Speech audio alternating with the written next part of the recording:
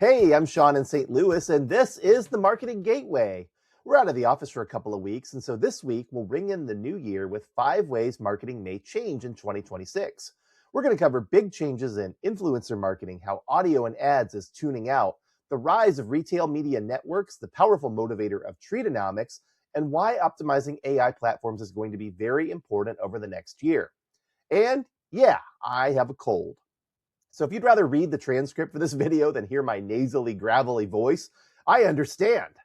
And that would actually make sense because today we're going to talk about no sound ads, also known as soundless video ads or silent ads.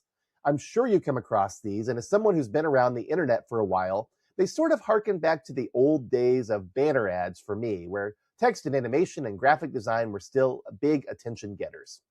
Of course, today's no sound video ads operate on a different principle, often looking very similar to shorts from TikTok, Instagram, or YouTube, with blazing text replacing the narration and fast cutting video showcasing something engaging. They're not new, but they've been really catching on in recent years, especially on platforms with short form video content.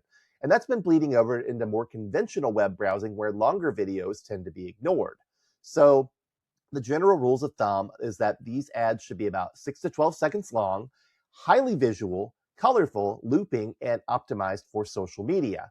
There are also a lot of additional guidelines for no sound videos out there, such as avoiding talking heads, telling a short but compelling story, giving the video a title with a call to action built in, and really focusing on grabbing a viewer's attention within the first 3 seconds.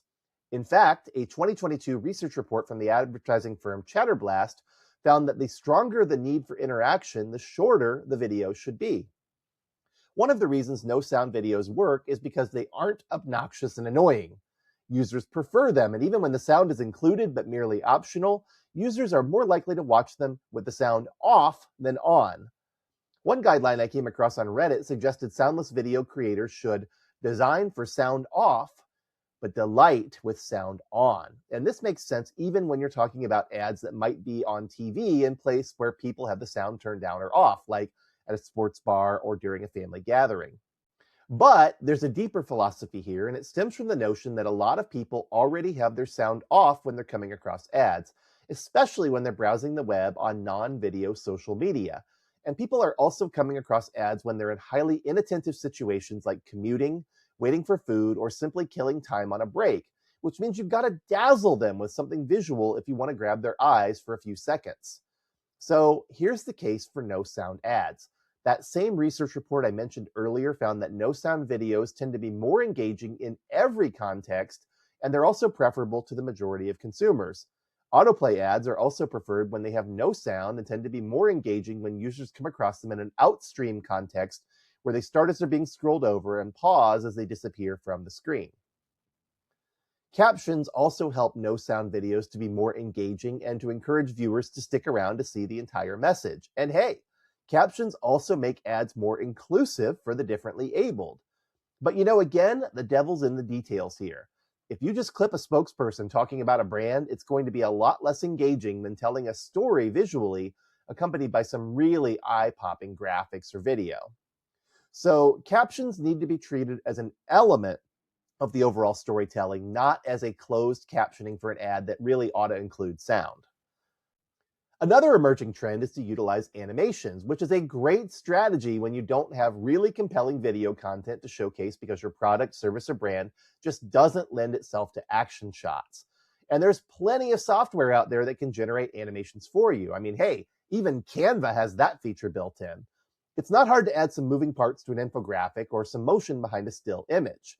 But I would still tend to recommend partnering with a creative agency that specializes in animations if you want to have a high impact, because animation has very different rules and guidelines for effective storytelling than traditional video or still images.